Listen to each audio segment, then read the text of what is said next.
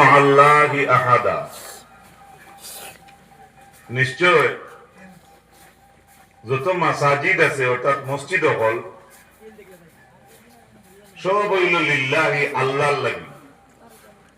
এটা কোনো ব্যক্তিগত হয় না, একমাত্র কমিটি তা হয়, এটা তত্ত্বাবধান বা পরিচালনা করার লাগে। ঘর যত মসজিদের গড়াইন আছে গড়াইন সব মাসাজিদ হলর মালিক হইলে আমরা আল্লাহ, এটা সারা আল্লাহ। পবিত্র কোরআনে করিম সূরা হজ 26 নম্বর আয়াত আল্লাহ পাক পরবর্তীকার আলমে জানাই, وبعد فأعوذ بالله من الشيطان الرجيم وإذ بوأنا لإبراهيم مكان البيت ألا تشرك بي شيئا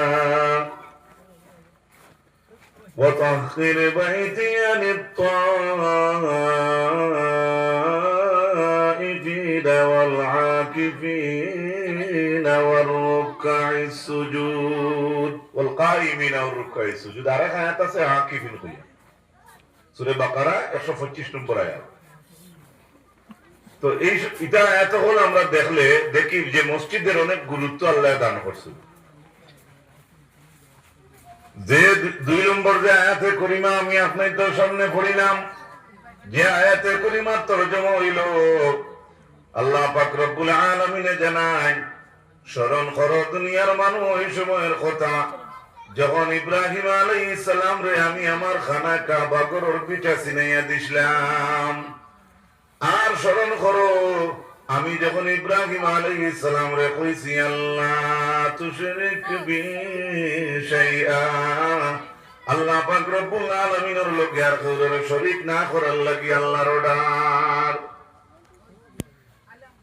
মাটি বাড়ির পিঠা এটা চিনা যায় ম্যাপ বা সার্কুলার মাধ্যমে, আর নিজের যদি রেকর্ড থাকে তো গুলমুল মাত হইল যেটারে মাটি হিসাবে আমরা মানিয়া নেই, বিটা বাড়ি বা জমিন ও হিসাবে আমরা চিনি।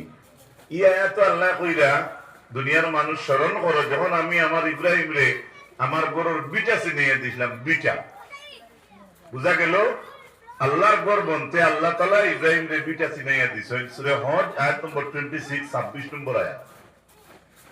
পবিত্র কোরআনুল কারীম সূরা বাকারা 125 নম্বর আয়াত, وَإِذْ جَعَلْنَا الْبَيْتَ مَثَابَةً لِلنَّاسِ وَأَمْنًا وَاتَّخِذُوا مِن مَّقَامِ إِبْرَاهِيمَ مُصَلًّى